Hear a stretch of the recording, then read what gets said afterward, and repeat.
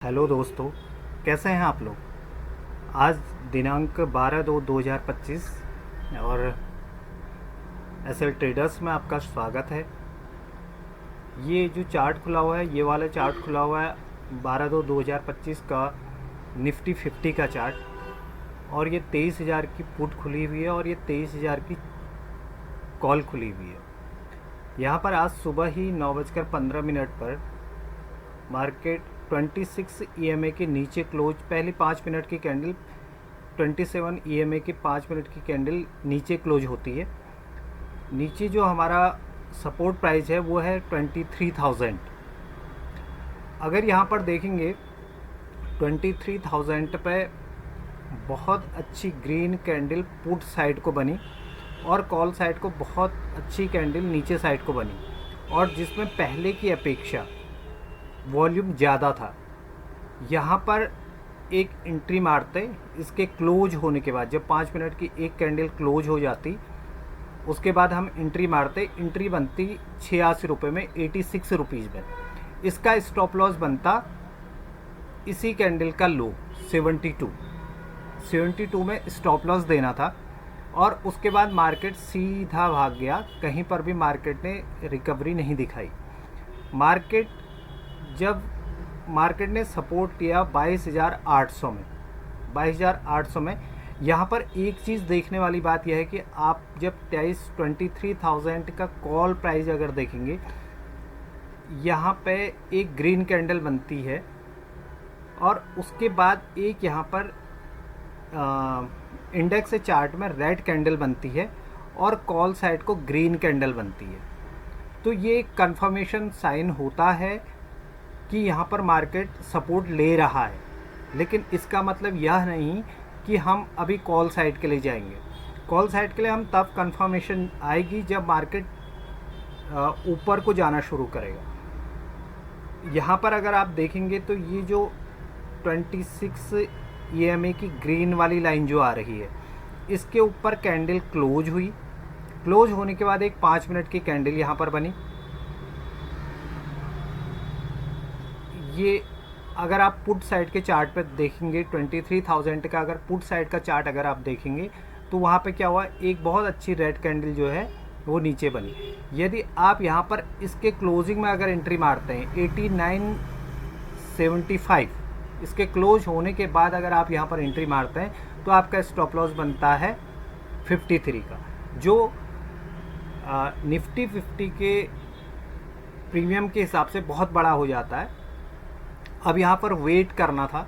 Wait करने के बाद यहाँ पर अगर आप देखेंगे, यहाँ पर से मार्केट 23,000 का अगर आप देखेंगे तो यहाँ पर से पुट वाला चार्ट अगर देखेंगे तो यहाँ पर से मार्केट ऊपर को गया है। ऊपर को जाने के बाद अगर यहाँ पर एक लाइन खींच लेते हैं, ये हमारी लाइन आ गई कि जब मार्केट ये तोड़ना शुरू करेगा तो हम यहाँ पर एक कॉल साइड की एंट्री बनाना शुरू करेंगे। तो लेकिन मेरी जो एंट्री होती है वो पहले हो जाती है, मैं एंट्री पहले मार लेता हूँ। तो यहाँ पर आने के बाद मार्केट यहाँ पर सपोर्ट लेने लगा। मार्केट ये सपोर्ट दिया। मार्केट ने सपोर्ट लेने के बाद अगर आप देखेंगे तो कभी भी कॉल साइड के प्रीमियम गिरते नहीं हैं ये, और पुट साइड के चार्ट में अगर आप देखेंगे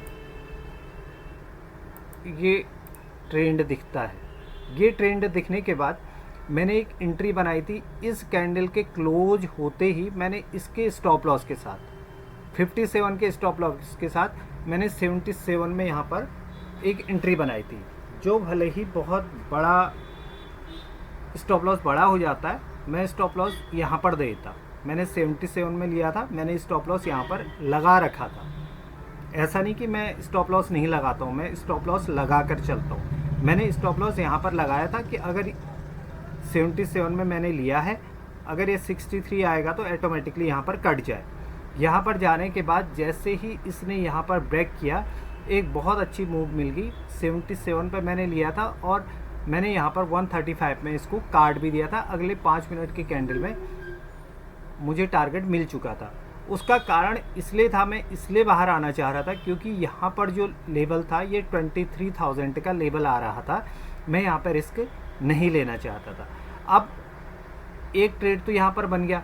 अब दूसरा ट्रेड अगर आप देखेंगे यहाँ देखेंगे चार्ट पर, अगर आप देखेंगे ये इंडेक्स का चार्ट है। इंडेक्स का चार्ट अगर आप देखेंगे ये 9 EMA के ऊपर ही मार्केट ट्रेड कर रहा है।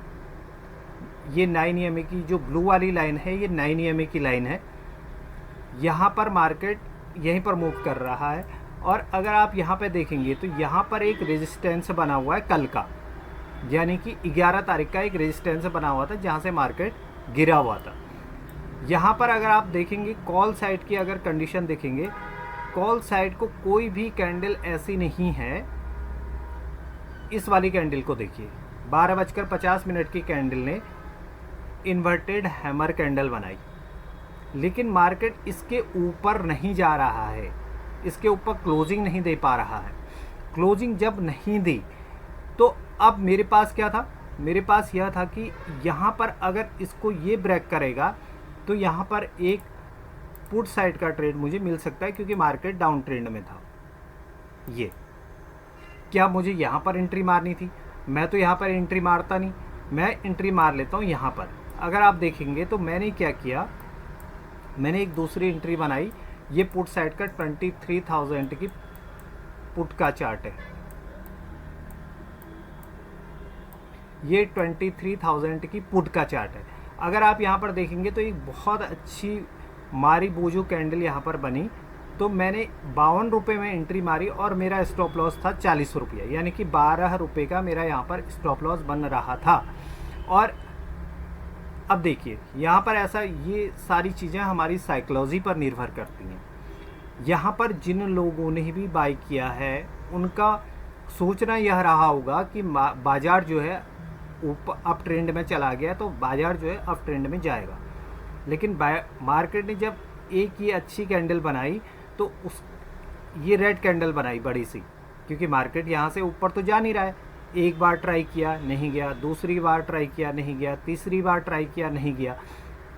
जब उसने ये कैंडल बनाई तो उसके बाद स्वाभाविक सी बात है इन लोगों को, ये लोग डरने शुरू हो जाएंगे, क्योंकि इनको लगेगा कि बाज़ार डाउन ट्रेंड में है तो बाज़ार जो है नीचे आएगा।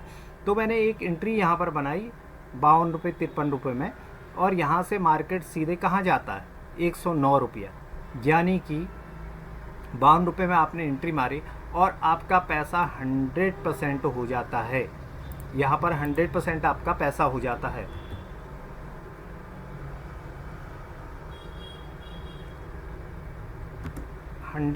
आपका यहाँ पर पैसा हो जाता है।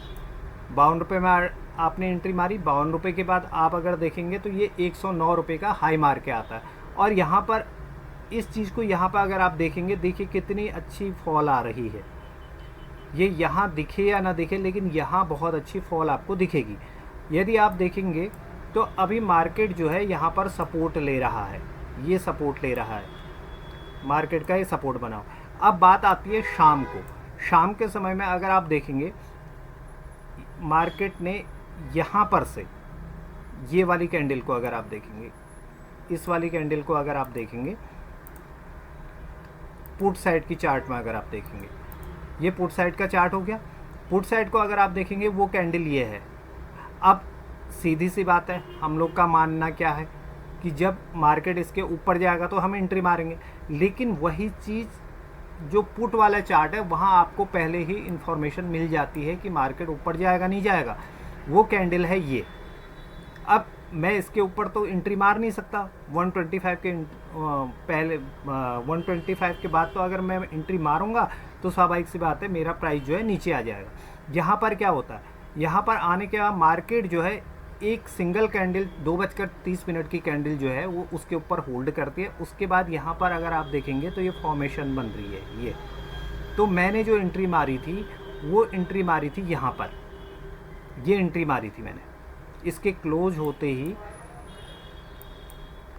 अब यहाँ पर रेड बनी है, मैंने पहले ही एंट्री मार ली थी। मैंने सोचा था कि अगर इसके नीचे, मैं यहाँ पर स्टॉप लॉस लगा चुका था, ये मैंने एंट्री मारी 92 में।